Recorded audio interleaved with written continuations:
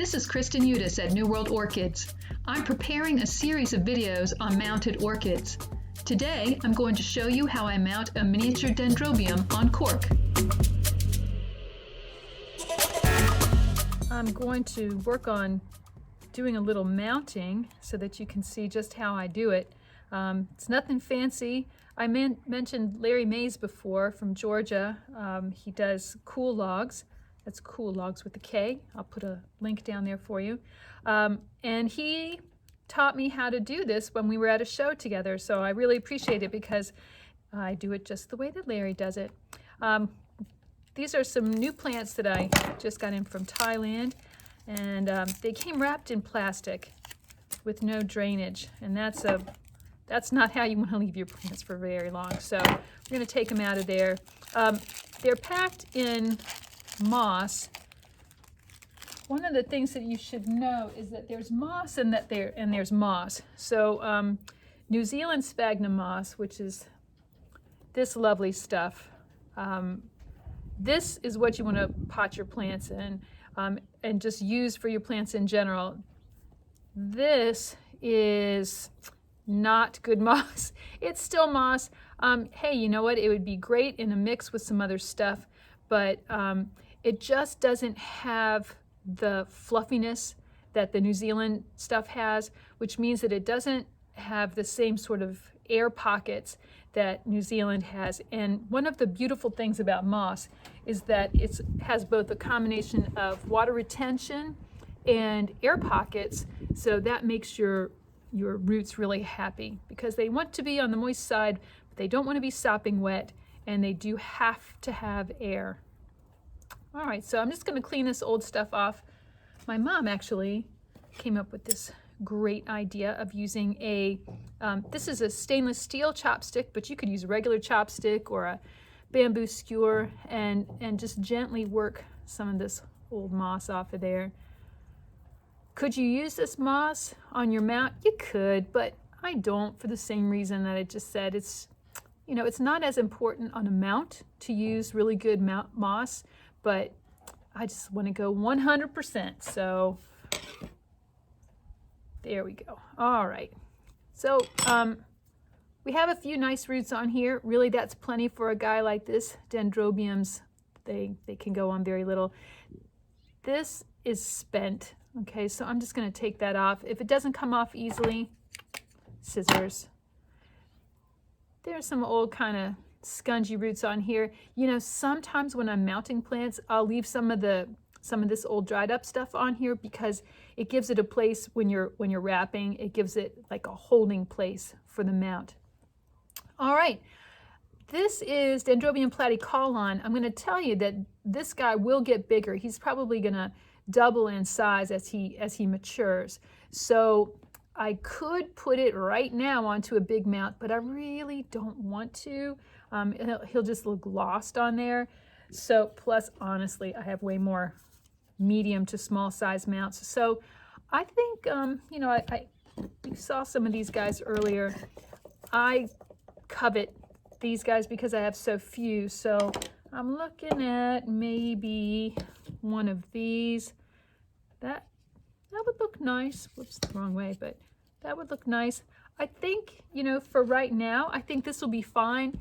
And then when he does get bigger, I can either leave him on this mount, because one thing about Dendrobiums is they often have a very small base for the size of the upper part of the plant. So I'm not really all that concerned if he just has a small place to grab onto. If this gets covered with roots, hey, all the better.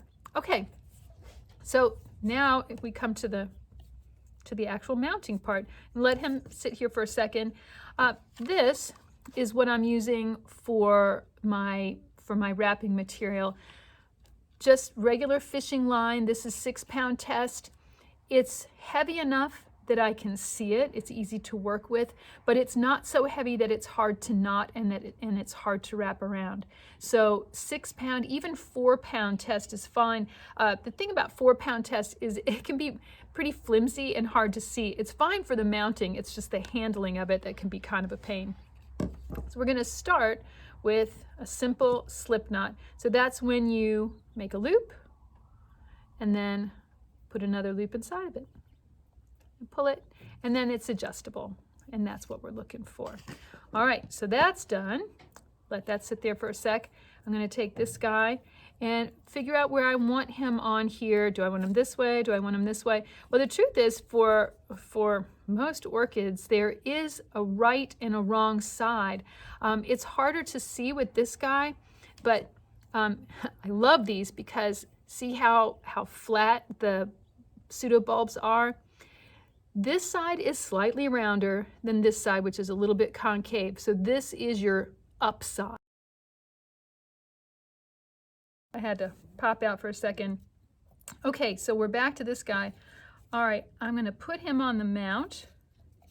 Then I'm just going to grab a little bit of sphagnum moss, a little bit. Now, somebody like this, he actually doesn't have to have moss on there, but I think it really encourages the roots to grow, which means that they'll adhere to the mount. So I'm just going to put down a little bit.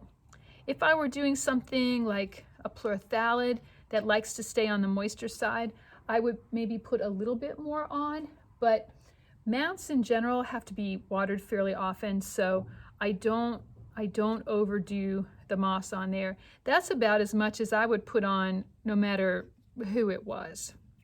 Okay, I'm just gonna arrange that. Now, I've got my loop already made, so I can hold on to this with my one hand, put my loop around, start down here, and then I'm just gonna pull this tight on the opposite side. There's my knot right there. Pull this tight, and you really don't have to have a lot of wraps. So let's do 1, 2, I'm just gonna go around.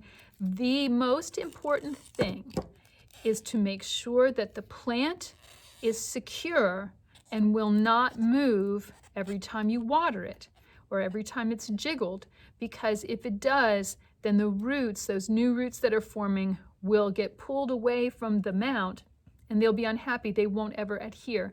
So it's important that the plant be secure. One of the things that I think people just starting are loath to do is run this across the plant. Don't worry, it's not piano wire. It's not gonna hurt the plant. I'm doing this enough that it holds the plant, but doesn't cut through. Now in this case, what I'm going to do is I'm going to go between these canes. So I'm in the middle of the plant there, and then that'll be enough. I'm just going to go back down to where I began. Okay, so that's like 6 wraps. Honestly, I probably could have gotten away with about 3 or 4. Now, this is the part that it's not tricky, but it's sort of the magical part. All right, I'm going to use I'm right-handed. I'm going to use my left hand to just hold this secure so that it holds the plant in place. And I'm going to cut myself a little tail to work with here. Find my first tail from when I started, right there. Okay. Now, here's the thing to look at. Where I started, there's my knot, and it's formed a V right here. That may be hard for you to see. I can't tell yet. So it's formed a V, and I am going to take my new tail and put it into the V. And if I'm lucky, it will not give me a hard time. Yep, right in there.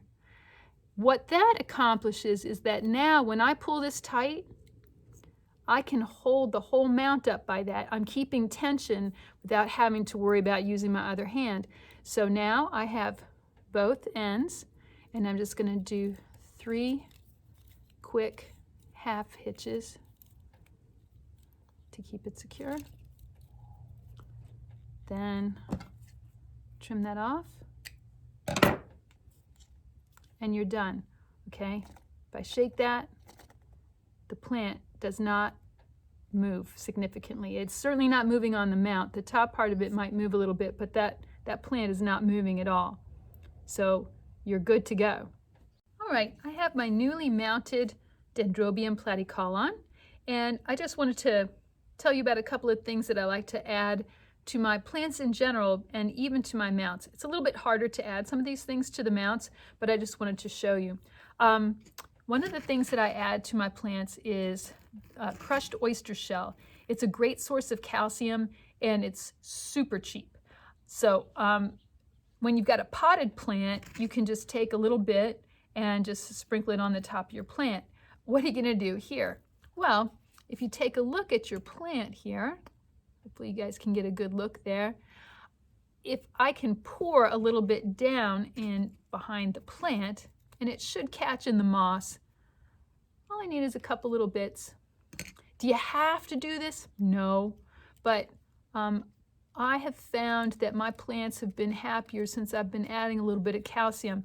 There are liquid supplements that you can use as well, but because I'm super cheap, I prefer to use this, which you can buy enough for $10 to get oyster shell for everyone you know for the rest of your life. I kind of like that. The other thing that I like to use is Nutricote. Nutricote is a slow-release fertilizer. If you're a gardener, you may have heard of Osmocote. This is similar, except it's formulated more for orchids. The nice thing about Nutricote is that it releases more evenly over time. Also, it's good for 6 months, whereas Osmocote is good for about 3 months. So for this, I'm going to do basically the same thing that you just saw me do. I'm going to take maybe 2, 3, 4 berries, I call them berries, and just shove them in behind. I can even go down here and tuck them into the moss. Again, do you have to do this? Absolutely not. You might say, well, shoot, I already do fertilizing. Do I really have to do that? No. It's a little extra boost. And you know, maybe you prefer to do this just in the spring so that you get the 6 months of fertilizing when the plants are most using it, which is when the days are longer and warmer. But there you go, you get a little extra boost, you can't even tell.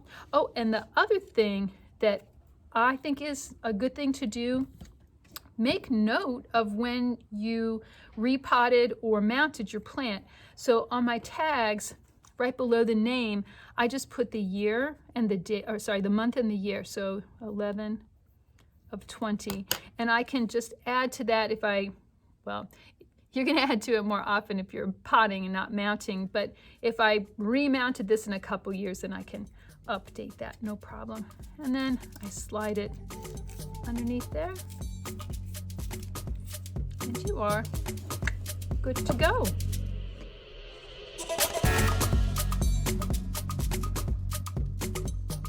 Thanks for watching. I hope you found this video helpful.